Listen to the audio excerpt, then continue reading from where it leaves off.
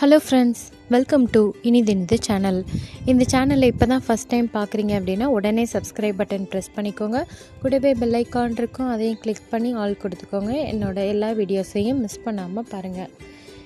இன்றைக்கி நம்ம பார்க்க போகிற ரெசிபி ஒரு சூப்பரான மஷ்ரூம் ஆம்லெட் எப்படி செய்கிறது அப்படின்னு பார்க்கலாம். அதுக்கு தேவையான பொருட்கள்: ஒரு உருளைக்கிழங்கு, ஒரு பாதி குடமிளகா, ஒரு வெங்காயம் ஸ்லைஸாக கட் பண்ணியிருக்கேன். மஷ்ரூமையும் ஒரு 5-6 இருந்தால் போதும். இதை நல்லா வாஷ் பண்ணிவிட்டு ஸ்லைஸாக கட் பண்ணியிருக்கேன். முட்டைக்கு தேவையான வெங்காயம், கொத்தமல்லி கட் பண்ணி வச்சுருக்கேன். 4 முட்டை. இப்போ இந்த 4 முட்டையில் நம்ம கொஞ்சம் உப்பு சேர்த்துக்கலாம். தேவையான அளவு உப்பு சேர்த்துட்டு மிளகுத்தூள் உங்கள் காரத்துக்கு ஏற்ற மாதிரி சேர்த்துக்கோங்க. சேர்த்துட்டு இதை நல்லா பீட் பண்ணிக்கோங்க. கொத்தமல்லி இலையெல்லாம் போட்டு நல்லா பீட் பண்ணிக்கணும். நல்லா பீட் பண்ணி வச்சு கொஞ்ச நேரம் அப்படியே வச்சுருங்க. நம்ம உருளைக்கிழங்கு எல்லாமே ஸ்லைஸ் பண்ணியிருக்கோம். அதை நம்ம ஃப்ரை பண்ணிவிட்டு வந்துடலாம்.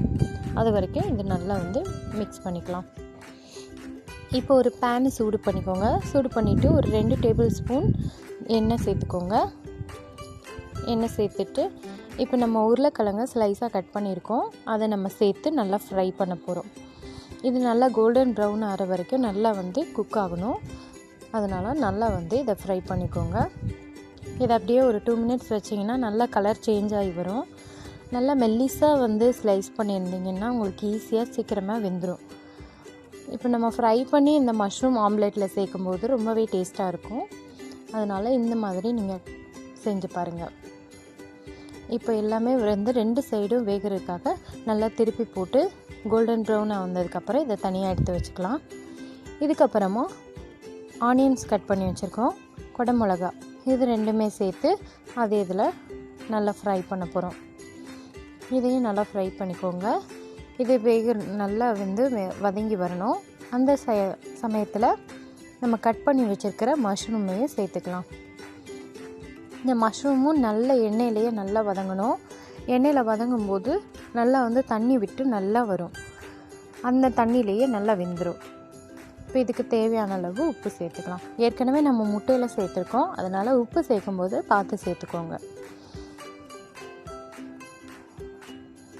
இப்போ நல்லா ஃப்ரை பண்ணிவிட்டு பாருங்கள், நல்லா தண்ணி விட்டுருச்சு. இந்த சமயத்தில் ஒரு 1/2 டீஸ்பூன் மிளகாத்தூள், 1/4 டீஸ்பூன் மஞ்சள் தூள், கரம் மசாலா 1/2 டீஸ்பூன், இது எல்லாத்தையுமே சேர்த்துட்டு நல்லா மிக்ஸ் பண்ணிக்கோங்க. நல்லா வதக்கிக்கோங்க. இது அப்படியே இந்த மஷ்ரூமு, வெங்காயம், குடமிளகா எல்லாமே இந்த தண்ணியிலேயே நல்லா வெந்துடும். நம்ம தண்ணி எதுவும் சேர்க்கலை, இதிலேயே இருக்கு. அந்த தண்ணியே நம்மளுக்கு போதும். பாருங்கள், இப்போ நல்லா வதங்கி வந்துருச்சு. நல்லா மஷ்ரூமும் நல்லா வெந்துருச்சு. இப்போ நம்ம கலக்கி வச்சுருக்கிற முட்டையில் இந்த மஷ்ரூமை நம்ம சேர்த்துக்கலாம். உருளைக்கிழங்கும் ஃப்ரை பண்ணி வச்சுருக்கோம், நம்ம அதையும் இந்த முட்டையில் கலந்துக்கலாம். முட்டையை நல்லா பீட் பண்ணியிருக்கோம். இந்த வதக்குனதையும் சேர்த்து நல்லா ஒரு தடவை கலக்கிக்கோங்க. கூடவே ஒரு பாதி வெங்காயம், பச்சை வெங்காயம் அப்படியே வதக்காமல் இதில் சேர்த்துக்கோங்க. உங்களுக்கு பச்சை மிளகா விருப்பப்பட்டால் நீங்கள் பச்சை மிளகா சேர்த்துக்கலாம். இதை நல்லா மிக்ஸ் பண்ணிவிட்டு இப்போ நம்ம பேனில் ஊற்றிக்கலாம். இப்போ நான் பேன் அப்படியே நான் ஊற்ற போகிறேன். உங்களுக்கு தேவைன்னா கொஞ்சம் சின்ன சின்ன ஆம்லேட்டாக நீங்கள் ஊற்றி நீங்கள் சாப்பிட்லாம். நான் இப்போ ஒரு பேனில் ஃபுல்லாக ஊற்றிட்டு பேன் ஆம்லேட் சாப்பிட போகிறேன். இப்போ ஃபுல்லாக ஒரு ஸ்பூன் வெண்ணெய் சேர்த்துக்கோங்க. வெண்ணெய் சேர்த்துட்டு நல்லா வெண்ணெய் உருகுனதுக்கப்புறம் இதை அப்படியே இதில் ஊற்றிட்டேன். ஊற்றிட்டு நல்லா ஸ்ப்ரெட் பண்ணிக்கோங்க. உருளைக்கிழங்கு, குடமிளகா, வெங்காயம் எல்லாமே மஷ்ரூம் எல்லாமே அங்கங்கே கரெக்டாக இருக்கிற மாதிரி ஸ்ப்ரெட் பண்ணிக்கோங்க. ஸ்ப்ரெட் பண்ணிவிட்டு இது நல்லா வேகட்டும். இப்போ பார்த்திங்கன்னா நம்மளுக்கு நல்லா சூப்பராக நல்லா உருளைக்கிழங்குலாம் வெந்துருச்சு, மஷ்ரூமும் வெந்துடுச்சு. இப்போ முட்டை வெந்துட்டுருக்கு. இதை நீங்கள் சின்ன சின்ன ஆம்லேட்டாக ஊற்றி சாப்பிட்டுக்கலாம். இப்போ நான் அப்படியே பேனில் பண்ண போகிறேன்.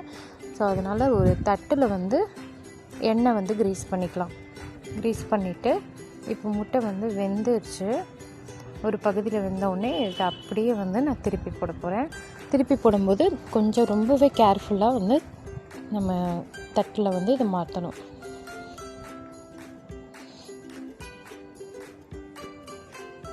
இப்போ தட்டில் மாற்றிட்டு இதை அடுத்த சைடு வேகிறதுக்காக இதை அப்படியே பேனில் போட்டாச்சு. இந்த சைடு ஒரு 2-3 மினிட்ஸ் வந்து நல்லா குக் ஆகட்டும். இது குழந்தைங்கள்லேருந்து பெரியவங்க வரைக்கும் நல்லா சாப்பிட்லாம். ரொம்பவே சுவையாக இருக்கும், டிஃப்ரெண்ட்டாகவும் இருக்கும். நார்மலாக ப்ரெட் ஆம்லெட்டு சாதாரண ப்ரெட்டு அந்த மாதிரி தான் சாப்பிட்ருப்போம். இது மஷ்ரூம் சேர்த்து உருளைக்கிழங்கு குடமிளகாலாம் சேர்த்துருக்கோம். அதனால் இது ரொம்பவே டேஸ்ட்டாக இருக்கும். நீங்களும் ட்ரை பண்ணி பாருங்கள். அவ்வளோதான், நம்மளுக்கு 2 சைடும் வெந்தாச்சு. இப்போ வந்து நம்ம சர்வ் பண்ணலாம். சூப்பரான மஷ்ரூம் ஆம்லெட் வந்து ரெடி ஆகிடுச்சு. நீங்களும் இந்த கண்டிப்பாக வந்து ட்ரை பண்ணி பாருங்கள். உங்களுக்கும் இந்த ரெசிபி ரொம்ப பிடிச்சிருக்கும்னு நினைக்கிறேன். பாருங்கள், நல்லா அவ்வளோ அழகாக வந்திருக்கு. இந்த ரெசிபி வந்து வெயிட் லாஸ் பண்ணுறவங்களுக்கு வந்து பிரேக்ஃபாஸ்ட்டாக கூட எடுத்துக்கலாம். அதே சமயத்தில் குழந்தைங்களுக்கு இதை செஞ்சு கொடுத்தீங்கன்னா வந்து ரொம்ப பிடிக்கும் அவங்களுக்கு. இதை வந்து ஸ்நாக்ஸ் ரெசிபியாக கூட அவங்களுக்கு நீங்கள் செஞ்சு கொடுக்கலாம். ரொம்பவே வந்து சூப்பராக இருக்கும். மஷ்ரூம் ஆம்லெட் சூடாக சாப்பிடுங்க, என்ஜாய் பண்ணுங்கள். மீண்டும் அடுத்த வீடியோவில் சந்திக்கிறேன். Bye bye friends.